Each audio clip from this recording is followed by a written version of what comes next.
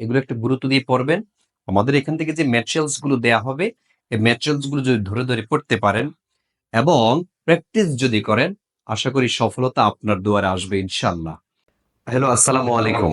সাধারণ জ্ঞানের নতুন আরেকটি টপিকে সবাইকে স্বাগতম। লার্নার সাকসেসের পক্ষ থেকে যারা আজকে আমাদের এই ক্লাসগুলো দেখছেন, তাদের জন্য হচ্ছে এই গুরুত্বপূর্ণ টপিক এবং খুবই ইন্টারেস্টিং। একটা হচ্ছে কূটনীতি বা ডিপ্লোমেসি, আরেকটা টপিক আমি পড়াবো দ্বিপাক্ষিক সম্পর্ক ও চুক্তি। এই দুইটা টপিক বর্তমান সময়ে সবচেয়ে বেশি আলোচিত, বিশেষ করে বাংলাদেশ এবং ইন্ডিয়ার সাথে যে আমাদের দ্বিপাক্ষিক সম্পর্কগুলো হয়েছে, ডিপ্লোম্যাটিক যে ক্রাইসিস তৈরি হয়েছে আগরতলায় বাংলাদেশ কনসুলেটে হামলা করার ফলে। সুতরাং এখান থেকে আপনাদের প্রশ্ন নিশ্চিত।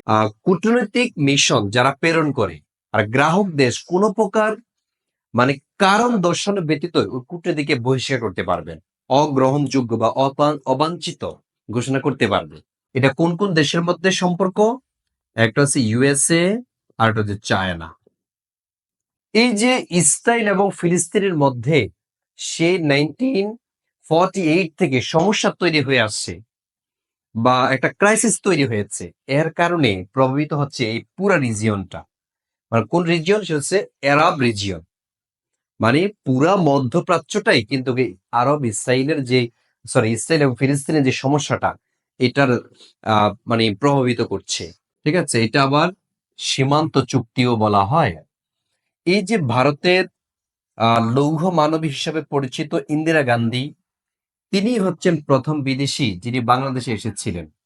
সুতরাং আজকের যে ক্লাসটি আমরা এতক্ষণ পর্যন্ত নিলাম, এই ক্লাসটি হচ্ছে যারা রিটেন পরীক্ষা দিবেন বিসিএস এর অথবা চাকরির যে কোনো পরীক্ষা দিবেন, এই বিষয়গুলো মাথায় রেখে কিন্তু পড়তে হবে। এবং দ্বিপাক্ষিক যে চুক্তিগুলো আছে আমাদের বাংলাদেশের সাথে, অন্য রাষ্ট্রের সাথে, অথবা বিশ্বের বড় রাষ্ট্র বা সুপার পাওয়ার যে রাষ্ট্রগুলো, তাদের সাথে যে চুক্তিগুলো আছে, এগুলো একটু গুরুত্ব দিয়ে পড়বেন।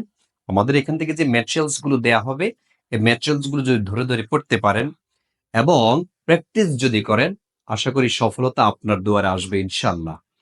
তো আজকে আর নয়, আবার দেখা হবে অন্য কোনো টপিক নিয়ে। সে পর্যন্ত সবাই সুস্থ থাকেন। আল্লাহ হাফিজ।